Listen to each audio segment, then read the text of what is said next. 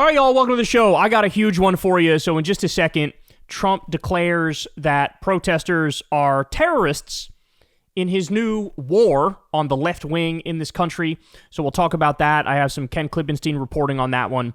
Then we'll get to the Trump regime was caught literally slobbering all over an Al-Qaeda commander. They're making besties with an Al-Qaeda commander. It's really something. At the same time, by the way, they're not allowing the Palestinian delegation to come into this country for the UN meeting. They are, like, cuddling with Al-Qaeda operative. So we'll talk about that. We also have the ICE Gestapo and the bombshell story about how they're quite literally disappearing people in this country. In fact, over 1,000 people have been disappeared because of their fucking treachery. So we'll dive into that. We have the Israeli billionaire who has now seized TikTok and is censoring TikTok. I have an amazing clip that's a little bit of a little bit of insight into his mind and how he functions. We'll dive into that. We also have sloppy Steve Bannon hits a new low. We have an Israeli spy is saying the quiet part out loud in a super disturbing video that I want to share with you. And then later on, AOC 2028, is that going to happen? Does she have a real shot? Interesting conversation around that. And I don't think you guys fully understand just how much these AI data centers are going to fucking destroy us. Just obliterate us. I mean, wait until you see what More Perfect Union is reporting about, what Mark Zuckerberg is up to. We're talking about, destroying all of Louisiana, polluting them to the high heavens, giving people all these health problems. At the same time, you skyrocket electricity bills. So buckle up, man, because the future is looking bleak at the moment. So you guys know the drill. Everybody, please do me a big favor and subscribe to the channel. That helps out big time and costs you nothing at all. You can also support the show on Patreon and give $2 a month or $5 a month or $7 a month. Remember, I've never talked to an advertiser, never done an ad read, never taken money from a billionaire or a government or anything like that. This is independent media, true independent media. We're one of very few out there. And so much thanks and love and appreciation to those of you who hook the show up with $2 a month or tip with that thanks button on YouTube and all that stuff. You could also subscribe to Crystal Kyle and Friends on Substack. That link is below. We have Chris Hedges coming on this week to talk about what level of fascism are we at right now. That should be good. And then also subscribe to the Corn's World YouTube channel because Corn and I do live Kyle and Corn episodes over there. And we try to do them every Monday at 8:30. So come hang out with us and shoot the shit. All right, let's go ahead and dive into it, y'all. So let's start with this. Ken Klippenstein is reporting over on his Substack. Trump declares war on the left with domestic terrorist designation. Luigi Mangione fans are singled out in a White House memo. So I'm sure you all remember, but when Luigi Mangione killed the CEO of United Health, I believe his name was Brian Thompson. It's been a while, but I think that's what his name was. There were many on the internet that erupted in glee. Or if not glee, a little bit of like, haha, a little bit of that was going on. And look, I think the reason for it is pretty simple. People are fucking being destroyed by their medical bills, right? This isn't fucking rocket science. Medical bills are the top cause of bankruptcy in this country. So many people have gone bankrupt as a result of medical bills. These health insurance companies don't cover dick anymore. People have probably died because they can't afford the care that they need in order to survive. And so there are material, real-world harms being done. And for the first time in a long time, it seemed like the damage that was done to somebody who was profiting off of the death and the destruction and the misery. That's why the reaction is what it is. But having said that, the White House looked at that and said, now you're terrorists if you reacted like that. I'm not kidding. So let's dive into what Ken says here. Trump today designated Antifa as a domestic terrorist organization, the first such designation ever, as far as I can tell. In an explainer released by the White House, it says that Antifa's terror is part of the trend of radical left violence. The title, President Trump isn't backing down from crushing radical left violence, doesn't leave much room for interpretation. Without ever defining what Antifa, short for anti-fascist, is an organization, without ever defining what Antifa, short for anti-fascist, is as an organization, Trump's executive order directs the federal government to investigate, disrupt, and dismantle any and all illegal operations conducted by the group. Trump's previous FBI director, Christopher Wray, said once that Antifa is more of an ideology or a movement than an organization. But in the wake of Charlie Kirk's murder, national security officials tell me the Trump administration feels especially empowered to focus its ire on the so-called radical left, even though, as I've written, it isn't at all clear that the alleged Utah shooter was left or right. The designation is normally used for foreign terrorist organizations, which are defined in law. Such a designation not only focuses law enforcement and intelligence on such organizations like Hamas, Al-Qaeda, ISIS, but also unleashes international sanctions and investigations into finances and movement.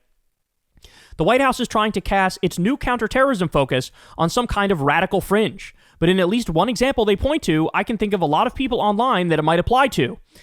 Have you expressed an opinion that this administration would construe as having celebrated Luigi Mangione? If so, you could be a target of Trump's new war on the so-called radical left. And then he shows this here from the White House. In 2024, leftists celebrated Luigi Mangione for gunning down United Health CEO Brian Thompson. So stop and think about it, man. What he's saying is Antifa and trans people and the radical left, we're going to now try to infiltrate their organizations and try to take them down.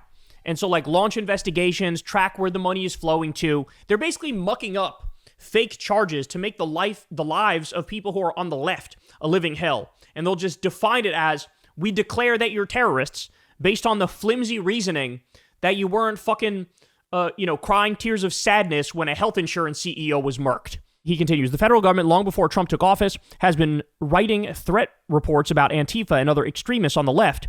Now, with this designation, it seems intent on another war on the American people. In an attempt to paint a picture of this supposed insurgency, calling it an epidemic of radical left violence, by the way, let me just pause to point out, the numbers are like 90-10 or 80-20, like 90% right-wing, 10% left-wing violence. And they flip it on their head. They go, oh, there's an epidemic of radical left violence. That's totally fucking made up. It's just totally made up. The White House released the timeline at the bottom of this article, stretching back to 2017 and including events during the Biden administration. Meanwhile, the mainstream media seems stuck in fact-checker pedant mode, having declared just days ago that the terrorism label was technically impossible.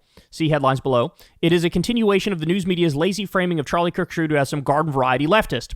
The major media simply are not up to the task of covering national security matters in a way that can actually keep up with the frantic pace of this administration. We are up to it, and I hope you'll consider subscribing. Anyway, can Trump label Antifa a domestic terror group? Legally, there's no such thing. Trump has designated Antifa a terrorist group. Here are the questions that it raises. So anyway, we also have this as well. Trump's executive order designating Antifa as a domestic terrorist organization is worded so that anyone protesting ICE agents, filming or asking them for ID, or informing people of their rights can be charged as a domestic terrorist. This isn't an attack on Antifa, it's an attack on our rights. So Trump is just announcing, we consider you a terrorist if you record ICE Gestapo thugs doing ICE Gestapo things, if you are protesting them, if you ask them for ID, if you just go so far as to tell people about their rights. They're saying this means you are like an Antifa terrorist. This is what they're saying. So just understand what's happening here, guys. We've had the drug war. We've had the war on terror. Those are being put together to launch a regime change war in Venezuela. But now those same tactics are being unleashed on liberals and leftists here in the U.S. domestically. And I even include liberals in there because understand something. They make no distinctions. They make no distinctions between liberals and leftists. You're all the same. If you're slightly left of center, you're fucking guilty, according to them. You're suspect, according to them. Which is why they're going after stuff like Act Blue. I've brought this up a bunch of times on the show, but Act Blue is simply the payment processor to give money to like Democratic campaigns and Democratic causes. That's all it is.